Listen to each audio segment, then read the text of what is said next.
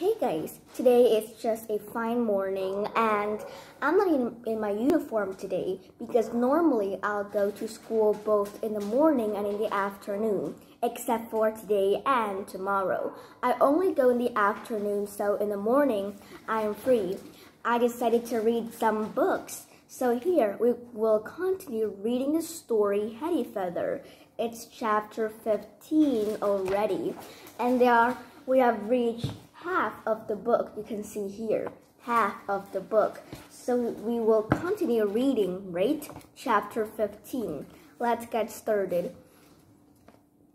And make sure in this very cold season, like not very cold, but quite cold season, you need to have some water beside you, especially it's warm water. So now this is warm water. And I have to drink it to clear my throat. You already see that my voice has been a little bit different. So now let's read together. 15. We were given an orange and a new penny the next Christmas. And the next, and the next. That was the worst thing of all about the hospital. The sheer sameness of every single day. If things did change, it always seemed to be for the worse. Harriet left the hospital and go into service as a nursery maid. She cried when she said goodbye, telling me she'll never care for any of her new nursery changes the way she cared for me. I miss her dreadfully. She had been so kind to me, and I loved sitting on her lap and being babied. Thank goodness I still had Polly. We moved into the upper school, into a different dormitory. Of course, I remember to transfer Jem's expense to my new bedpost. I had to say farewell to dear Nurse Weenie and Miss Newman. Thank goodness Ida could still serve me every day in the dining room, giving me a kit gift of raisins and jam and nods of butter when no one was watching. See my throat. It's changed when the weather is cold. How are you doing today, Hetty? She'll always ask. I'm doing very well, Ida, I mostly said. I wasn't doing well. I wasn't doing very bad. I didn't care for my new teacher, Miss Morley, and she certainly didn't care for me, or Polly either. Miss Newman has been strict, but she liked both of us when we answered correctly or asked an interesting question. Her eyes lit up behind her spectacles, and she seemed delighted to teach us. Miss Morley stopped asking us to answer a question because she knew we'll get them right, and this seemed to irritate her. Don't sit there with that smug expression on your face, Hetty Feather. We all know you know the answer, she had said, and she would give me a false John and encourage all the others to laugh at me. I couldn't help knowing the answer because our lesson didn't progress. We could mostly all read and write by now and do the simplest sums, and there we stuck, not working our way forward at all, going over the same dull facts again and again. There were maps all around our classroom wall, and I stared at all the different countries and pictured a flare-sized Hetty sailing across the blue sea and landing on each pink and yellow and green land. Stop daydreaming, Hetty Feather, and attend to your dictation, Miss Morley snapped. Can't you tell us a little bit about the countries on the map, Miss Morley? I wonder what is it like in Great Big Africa, or India, or Japan. Do the children do dictation there? Do they wear long dresses and caps? Or do they wear short clothes? Or maybe, if it's very, very hot, no clothes at all. The others sniggered and Miss Morley flushed, though it hadn't meant to be Impertinent. Stop these ridiculous questions, Hetty Feather. You don't need to know the answers. It's not as if you're ever going to voyage to foreign parts. You're going to be servant like all the other girls. You only need to write a decent hand, read a recipe, and add up your groceries correctly. I felt I needed to do so much more. I still hated this idea of being a servant. I feared I would be a very bad one. We were taught how to wash clothes and scrub floors now, helping out with all the household chores in the hospital. I hated getting hot and wet. I was so bored I distracted myself by telling stories in my head, not concentrating on the tedious housework. Use some more elbow grease, Hetty Feather. They'll scream at me. Watch what you're doing. They're yell when I started and knock over my pail of water. Molly was as bored as I was, particularly in lesson. She could not bear our arithmetic session because Miss Morley frequently made mistakes. Polly pointed out a simple subtraction error on the blackboard early on, waving her arm earnestly. What is it, Polly Renfrew?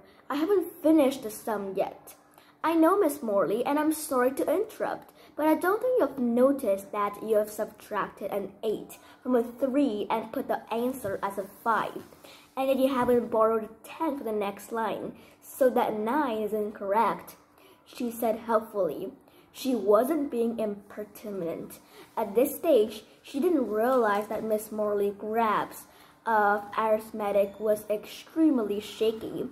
She thought she had simply made a silly slip and would be grateful for her intervention. Grateful? Miss Morley flushed an ugly scarlet and rubbed the entire sum for the blackboard. How dare you admonish me, Polly Renfrew? Come out here. Polly stepped forward uncertainly. Hold out your hand. Polly held it out politely, as Miss Morley was going to shake it, but she seized her long ruler instead and went whack, whack across Polly's soft white hands. We all jumped. Our eyes stung.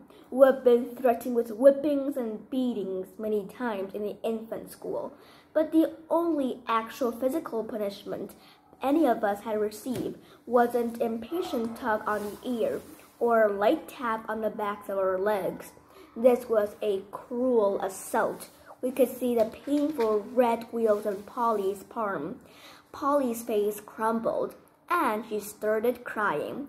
I was beside myself. How dare you hit her when she's just done nothing wrong at all, you cruel, wicked woman, I cried, and I seized her ruler and hurled it into a corner of the classroom. The whole class gasped. I was a little shocked myself. I hadn't quite meant to say those words. They just sputtered out of my mouth in a torrent. Come here, Hetty Feather, Miss Morley said. I will not stand for this behavior. I thought she would retrieve her ruler and beat me to within an inch of my life. I decided I would not cry like poor Polly. I would hold my head up high and be a brave, unflinching martyr. She could beat me 3 times, 6 times, even a dozen. She could beat my hand into a bloody pulp, but I would not murmur or shed a tear. I would stare back at her like a bale of silk, wishing her dead. But she didn't beat me even once. She seized hold of me by the wrist, digging her nails in hard, and took me right out of the classroom. I thought she was simply standing me in the corridor and decided I didn't mind in the least. I could just stand and picture the past in my own private daydream. But Miss Morley marched me right along the corridor and realized she was taking me to the matron. My heart started thudding then. The senior school matron, Meg Pig-faced Peter sweet as sugar. Matron Bottomley was thin and pinched, with a permanent pocket in her forehead. She had a big hooked nose like a beak and always looked as if she liked to peck you very hard. Matron Bottomley had already told me of several times for talking in corridors. She had chastised me for tearing my dress when I fell over playing tag. She had made me scrub a whole floor twice over because I'd left 1 or 2 slimy soap smears. Oh, how I wish Matron Bottomley had slipped on them and landed on How I wish Matron Bottomley had slipped on them and landed on her bony, sticking bottom. What might she do when she knew I shouted at a teacher, taking a ruler and throwing it away? I felt I might cry now, but I stared hard, scarcely daring to blink in case the tears started spilling. I was pushed unceremoniously into Matron Bottomley's room and forced to stand there in front of her while Miss Morley gave a highly exaggerated account of my rebellion. It was total insubordination, actual physical violence. Miss Morley declared dramatically, drops of spittle on her chapped lips. Matron Bottomley rose from her desk and looked me up and down. I stared, trembling, but I looked her up and down back, my fist clenched. I won't cry, I said inside my head. I won't cry no matter what they do to me. I can't bear it. Whatever it is, they cannot kill me. I'll be brave. You are a child of Satan, Hetty Feather, said Matron Bottomley. You have his hell red hair and his flaming temper. We must quench this devilish fire. You must be taught a severe lesson. I was so crazed with fear. I thought she meant a literal lesson. I dared to breathe out because I knew I was always quick to learn. But this punishment had nothing to do with books. Take hold of her, Miss Morley, said Matron Bottomley. They each seized a grist and pulled me to the door. They dragged me down the corridor. I thought they were taking me to the boys' wing. We'd heard fearful rumors that the baddest big boys were beaten with a cat o' nine tails. Perhaps they were now going to whip me with this dreadful instrument. I gritted my teeth, though they were chattering now. But when we reached the grand staircase, they dragged me up 1 flight of stairs and then another, right to the very top of the building, to a little attic room in the tower. They opened a door at the end. It was empty, apart from an old blanket and a chamber pot. No, I cried. No, please, you can't put me in there. Oh, yes we can, Hetty Feather. You stay here and be a better girl, said Matron, as she thrust me inside. The door slammed shut, and I heard the sound of key turning. I was locked in. I heard their footsteps retreating. Perhaps they were simply trying to frighten me. They would come back any minute. They couldn't leave me locked in here. There was only 1 very small window set high up in the wall. I had bars across, as if this was truly a prison. I tried jumping up, but I could only catch a glimpse of sky. I was very small, but there was no way I could ever wriggle through those bars, and it was a sheer drop anyway. I tried hurling myself against the door, knocking all the breath of our body.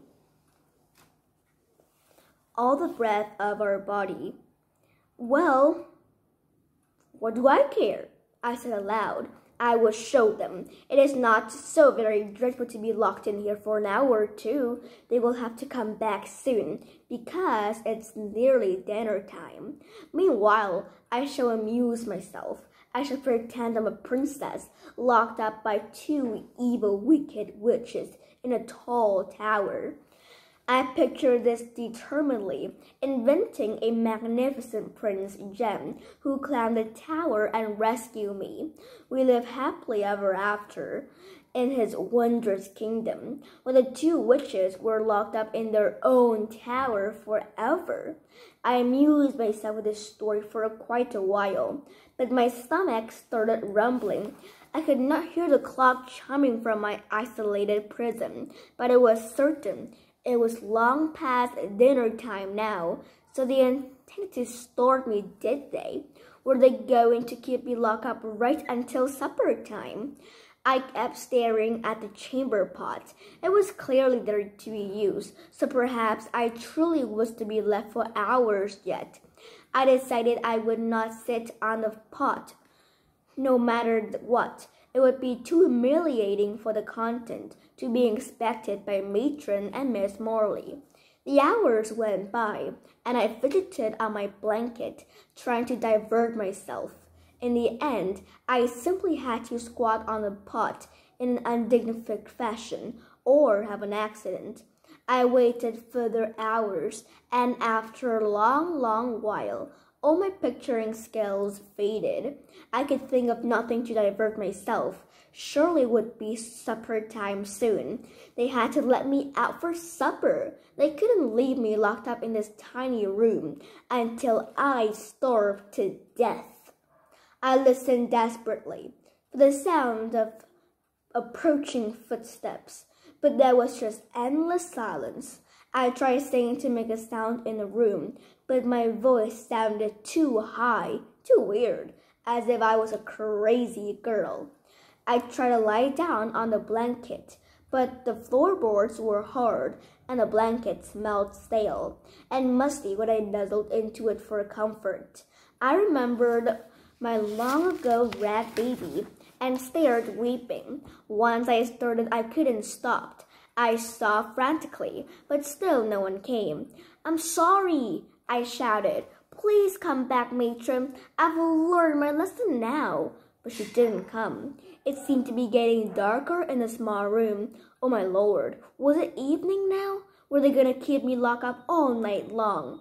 I shouted until my voice cracked, but still nobody came. I threw myself about the attic, kicking and screaming. I tore off my stupid cap and pulled my own hair. It was long again now, in two tight plaits, but I undid them and shook my head in despair. My hair, what about my shoulders? I was so thirsty from crying I would barely swallow. How could they leave me without even a few sips of water? They had to come back soon, or I would surely die. Was that what they really wanted? Oh dear Lord, what if they never came back? What if I moundered up here in my dark prison? Forever? What if they waited until I was a grisly skeleton? I screamed and screamed. "Please come back, please." At last, I drank the water from in 3 great gulps. Nurse Maxfield gave it to me, and I ate a single slice of dry bread. It was almost pitch dark now, and I hunched up on my blanket. I could not think of a single new story. I pulled the blanket right over my head. "Now, what are you doing here?" Ida came to the rescue. "Tell me what, Ida? Shall I tell you?" No, maybe not now, not yet." She was silenced, and I didn't think you could picture Ida. Ida can picture really well, and I couldn't think that. And then Ida took me to Matron. Well, Hetty Feather. Matron bottomly peered at me, a look of triumph on her ugly face. "Look suitably chastened, child. Are you truly sorry, or you need another 24 hours to teach you your lesson?" "I'm very sorry," I said meekly. "Oh, I'm glad to see you truly permanent at last. Oh, how I hate her. How I hated. How dare they beat us and lock up like criminals and act as if it was our own benefit." So that's the end. That was the first time that Hetty go into a fake prison. Bye, guys.